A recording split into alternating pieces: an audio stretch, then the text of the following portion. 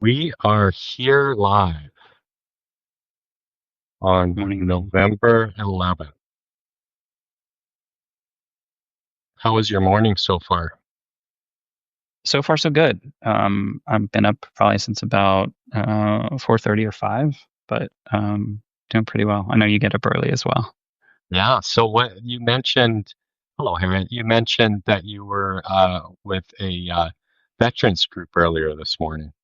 Yeah, yeah. I was connecting with some fellow veterans that I work with, and we were all just kind of doing a little bit of outreach in small groups to each other just to see how one another is doing, and yeah, just connect and you know and honor a little bit today. So Of course. Yeah, it's it a was good. special day. Here, we in Canada wear a poppy for Remembrance Day that for our veterans, and you in the U.S., yours is called Veterans Day, isn't it? That's right. Yeah, we call it Veterans Day here. But it's interesting that, you mentioned the poppy. I spent many years overseas with a lot of Brits, Australians, Canadians, New Zealanders, and so I'm very familiar with the poppy worn around the world as well for Remembrance Day. Well, that's great. Thank you. Well, let's just get started. People will join us as we go, Bill. Today, I'm welcoming our guest, Bill Kirst, which I'll more formally introduce in a moment. My name is Richard Walter. I'm the author of I Am Awake on Substack. And here today, we are doing an I Am Live Veterans Edition, real life after service. So, in the past, and on I Am Day specifically, we did some sort of a little ceremony to acknowledge and join us together in one light. And what I did was I lit a candle in that sense. I will today again to join us all with one light, and we'll light the candle and have it burning for the duration of the session today. So one light.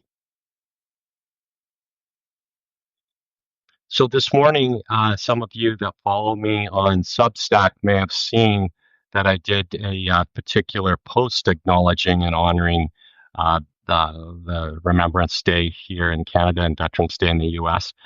And it was, I remember with love and I choose with peace. So I'll just read that out as a start to our session here on the line. So it reads, I pause in the quiet of remembering, not to glorify what has been lost, but to honor the courage that carried us here. In every fallen breath, a wish for peace remains. In every heart, there still aches, a seed of hope is sown. May we remember not battle, but the belonging, the sacred thread that binds us all. I remember with love, and I choose peace. So if that resonates with some of you today, that's wonderful. You may have lost a loved one or have a loved one in active service, and this session is for you if that's the case. And thank you all for showing up. This is a space for truth, care, and community. And I'd like to introduce our guest. Bill, I'm going to read your introduction because you've got a lot of history and background behind you. So I'm just going to read it out. Sure. So Bill is a storyteller, a veteran, a technologist, and a guide for those learning to navigate change, both in their careers and their lives. He writes Everword on Substack, a space he describes as journey and growth. It's part reflection, part exploration, and part creative wondering. A digital canvas where curiosity leads and heart follows. His work carries an altruistic spirit, grounded in service, shaped by experience, and lifted by a sense of unbounded wonder. Bill serves in the U.S. Army before in the past, and that foundation of discipline and service still informs his voice today. He speaks often about responsibility, especially the responsibility to protect what matters in a changing world. He studied global politics and communication at Johns Hopkins in Georgetown, and his professional path spans leadership, technology, consulting, and human centered storytelling. Many know you, Bill, by your host. You're hosting the podcast Coffee and Change, where he listens deeply and asks real questions, invites his guests to share their transformations. How many episodes is that now, Bill? The years and episodes? 158, Wow. Is that 10 years or so? 10 years. It'll be 10 years in 2026. Yes. Well, the first thing that catches me is the coffee. You know how much I like coffee. So, Yes. and I have listened to some of your podcasts, so that's awesome. And through Bill's writing, he reminds us that growth isn't linear. It meanders and it asks us to wander and stay curious. And his most recent authorship is through his book, the book titled Leading Change in an Era of AI. So, heartbeats over haptics. Let's invite and welcome Bill to our circle. Hello, Bill. Thank you. Thank you very much, Richard. I tell you, that's an impressive intro. If I ever run for office, that's what they're going to read. Well, thank you. Thank you. Now, I don't want to jump right into the dark, but let's talk about the long night and how that Sure. affects you. What does a hard night look like for you as a veteran and or as an individual in just general? What's a hard night look like? Yeah, I think recently I actually just watched this documentary that is sort of making its rounds around the world right now on Netflix called In Waves and War. And that's a line Mm. from the Odyssey by Homer. But it's a documentary about veterans that are healing. And when you ask the question about what's a dark night look like for me, I think a lot of us, because of what we've gone through and the experiences that we've shared as veterans, as service members, we experience loss on a different level. And I think that loss never leaves us. And so for me, I think a hard night sometimes feels the sensations of loss are very, very close by. And sometimes I believe that we are kind of consciously connected to each other in a way that allows us to feel what somebody else is feeling, even if they're far away. Um, and so for me, there's times I have sleepless nights. There's times I feel what others are feeling. There's times I have an inkling of somebody going through some pain or loss. And so what I try and do with those nights is wake up the next day and send out almost like a flare, send up a flare, right? Send a text to someone, reach out to someone, say, hey, you came across my mind. I'm thinking of you. How are you doing? Um, let's jump on the phone. And I think to your point around what you said so beautifully in that opening, we remember not the battle, but the belonging.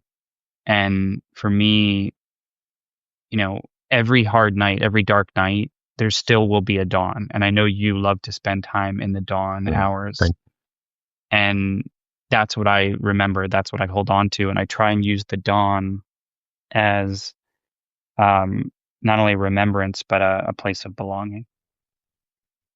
That is awakening, the dawn, if you will, so to speak. And thank you for mentioning the Netflix movie Waves and War. I watched it last week on Netflix, and it's powerful.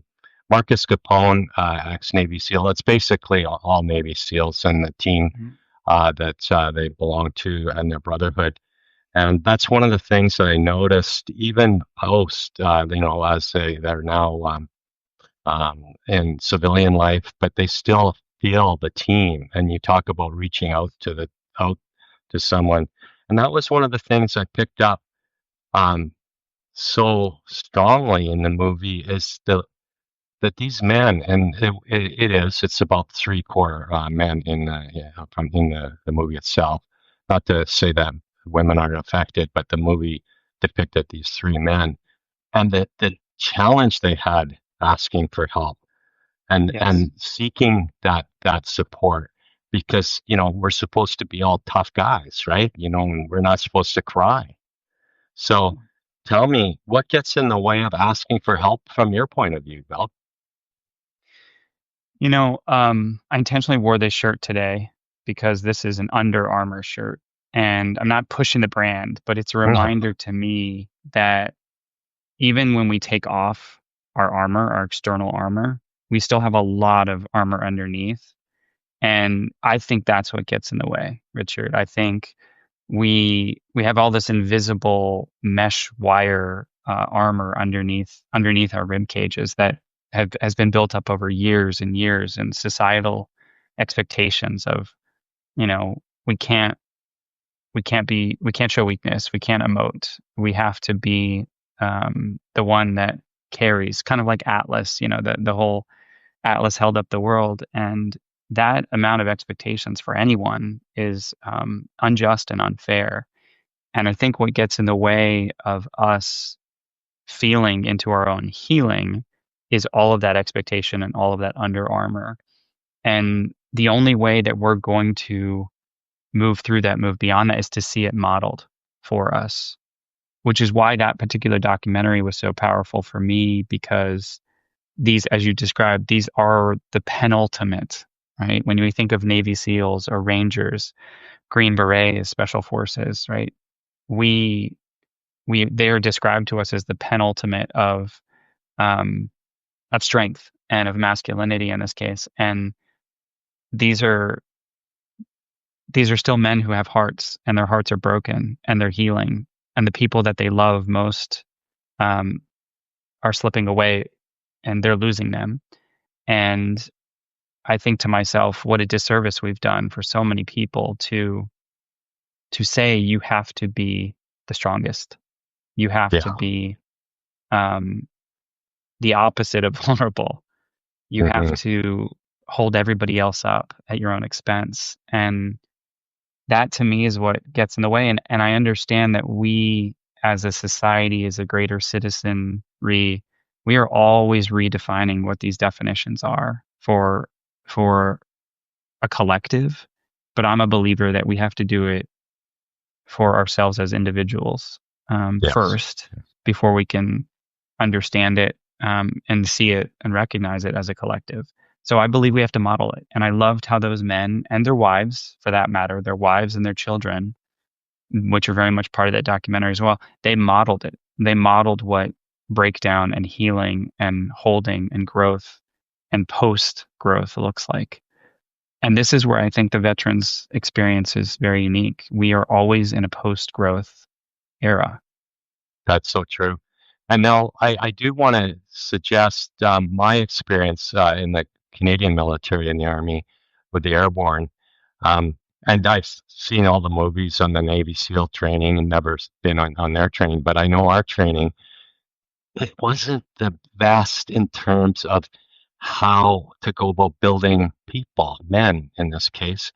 It was about shame and embarrassment and things that really are hurtful in our souls, so much to speak, in the name of becoming part of the team, right? And there was hazing. You can imagine the hazing that went on and so forth. And I experienced that personally. I don't know if it's affected me in any way, shape, or form in the long term, but I just know I felt that. So that's unfortunate. That's the way in the past, anyways, that I know of, because I am not in the active military now. That was part of the breaking down of the individual, right? Where we're talking Mm. about building up. So you can imagine the challenge to to let those walls down, take that armor off, and be vulnerable. It's difficult when you've been trained to be hard and active, force one, push, move, Mhm. tactics, strategy, just go hard, hard, hard. And you mentioned another piece too, from that movie too, as well, about the wives and so forth. But when we talk about the loss, the accelerated loss, when I heard that one comment, I don't know if he was the one of the commanding officers of the SEAL unit or whatever. He was an ex SEAL himself, but he talked about post 9/11 during the ops, not through 9/11 to today. We lost Bill. I think his signal was poor. I'm sorry, everybody, but we've lost our guest. If I were to stop this and restart with inviting our guest back, would you be able to come back on, everyone? Could you just send a couple hearts out if that's the case?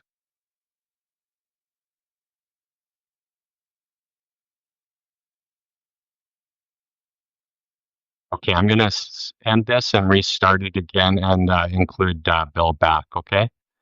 Hope to see you all back.